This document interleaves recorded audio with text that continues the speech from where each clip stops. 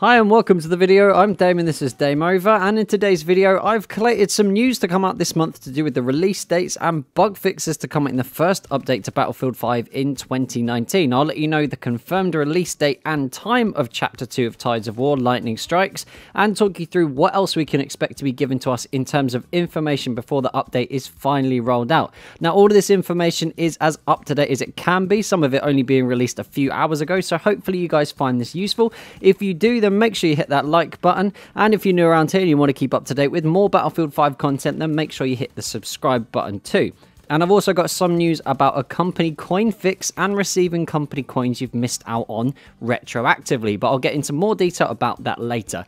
So let's start with the news you probably already know, and that is a release date for the second chapter of the Tides of War live service, which is called Lightning Strikes. This image, which can now be found in-game under the Tides of War tab, tells us that the release date is the 17th of January. Not surprisingly, some of the communication with the release date is confusing and misleading. Cheers, DICE. So I can tell you this has been confirmed by DICE. It will be released on the 17th, and Chapter 2 is still called Lightning Strikes, even though in-game it has the title A Few Good Soldiers, which DICE haven't confirmed, but I think we can strongly assume is the title of the first week of challenges. Some of you may have got a conflicting date and seen the release on the 16th of January. This is also correct, but only if you are in America. So the update and new content will be released on midnight of the 17th. That's 0000 hours UTC, which is the time zone for Europe. So if you are in the States, then it will still be the 16th of January when it does drop at 7 PM Eastern Standard Time. So hopefully that helps you work out when it's going to drop in your particular time zone. There's also a new teaser trailer for Chapter 2 released today, which I've linked in the description, and it looks pretty encouraging so far. I mean, a cinematic is just that, and it's a particularly short trailer, and DICE are very good at making things look great, but whether things perform as intended is an entirely different thing, as we all know at this point. And what we can tell from the teaser trailer and the surrounding artwork is that there will be a new tank, namely the Stug Mark IV tank destroyer, one that has got lots of fans excited to use already for the Axis faction. The banner has several tanks in it, suggesting that we will be seeing vehicle-focused content, and without speculating too much about details within the very short video, we may get to play through the Blitzkrieg itself, the swift and brutal advance of the German army across Western Europe.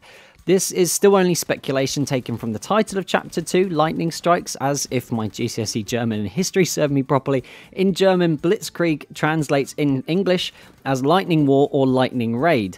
The tactics being sudden and intense attacks using ground troops and especially vehicles to bring about a quick end to the battle, so hopefully that is reflected in the new game modes that are being added. Next up, we've got some encouraging news from a few of the EA/DICE guys via Twitter and Reddit with what particular fixes will be coming with the updates this month, and as the holidays have come to a close for the EA/DICE guys, more information is being given to us as time goes on because they are back in the office.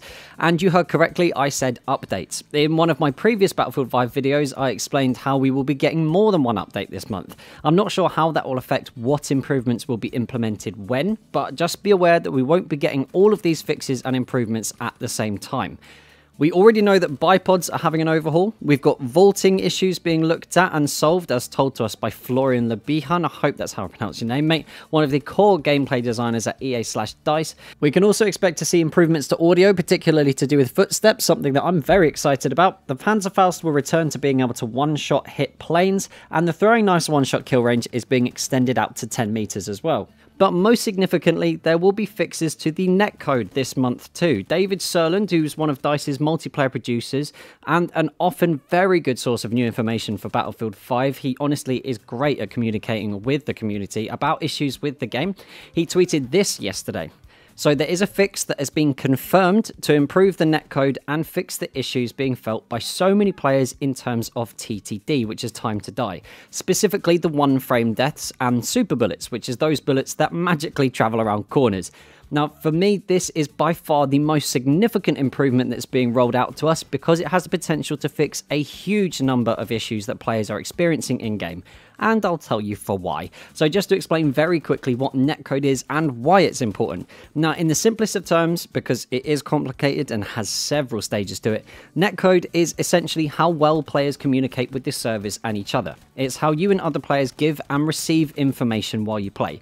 Obviously, in any video game, this is incredibly complex. There's a staggering amount of variables to take into account at any one moment, But essentially those one frame deaths, the huge discrepancies between TTK and TTD, are down to, on the most part, netcode issues and things not lining up. Now I'm talking about having to shoot players a lot to get a kill, and when you get shot at, you die instantly. What they are seeing on their screen and what you are experiencing from them is not the same. Bad netcode means things don't happen when they should, which is what we've been dealing with so far. Essentially, it isn't as good as it was in Battlefield 1 for some reason, but anyway, these issues have been addressed and tested, so these improvements to the gunfights, literally the core idea behind a first-person shooter, should make a large number of the player base much happier with their Battlefield 5 experience. If you want to know more about how netcode works in Battlefield 5, then Battle Nonsense explains in way more detail about what has been happening in Battlefield 5, so make sure you go and check out the video on his channel, which I've linked in the description. It's a long video, but definitely worth watching to understand how much of a task it is to fix the netcode. And the last thing I've got to report for you guys is there is finally a potential fix for the max rank company coins issue that's been driving so many players crazy. Jakub Ajmal, who's one of the producers at EA/DICE, tweeted this morning that there is a potential fix to players at max rank not receiving company coins after playing consecutive rounds. The fix seems to be working for a lot of people, but it seems it hasn't been as successful as they'd hoped, because just a few hours after that initial tweet, Jakub posted this. So, clearly, there are still issues with it. Now, scrolling through the different threads on his Twitter page, he explains to some people that the problem is happening in the retail environment and not in testing. So this, to me, suggests it's very difficult for people at DICE to find out if these fixes actually work before they implement them properly. There have also been several players asking for company coins retroactively, meaning they've received the company coins they should have got had the bug not been in place. A fix that would make anyone experiencing the issue very happy about it, I imagine. Now, Dan Mitra, who's the global community manager at DICE, he informed us almost a month ago that there would be company coins awarded retroactively. He explained here that each hour played at max rank would get its own company coins value applied to it and be awarded to the player. Now, this hasn't actually happened. The rewards haven't been given, and communication about the retroactive rewards has kind of disappeared. What I mean is there hasn't been any recent official communications that I can find, but we are being assured that work is being done to continue addressing the issues. Hopefully, judging by what Jakub Ajmal tweeted today, these other issues attached to max rank company coins are going to be fixed in the near future too, so I guess just keep your fingers crossed. Now, I'm going to give a quick tip of the hat to the guys at EA and DICE that I've mentioned in this video, and after having read through literally thousands of comments and tweets to do with the update details, these guys have endured a pretty incredible amount of abuse, justified or not, from some members of the community. And having been on the receiving end of that kind of thing through the comments on my own videos myself, I just want to remind you guys that they are doing the best they can at their job and are limited with what they can tell us at any one time.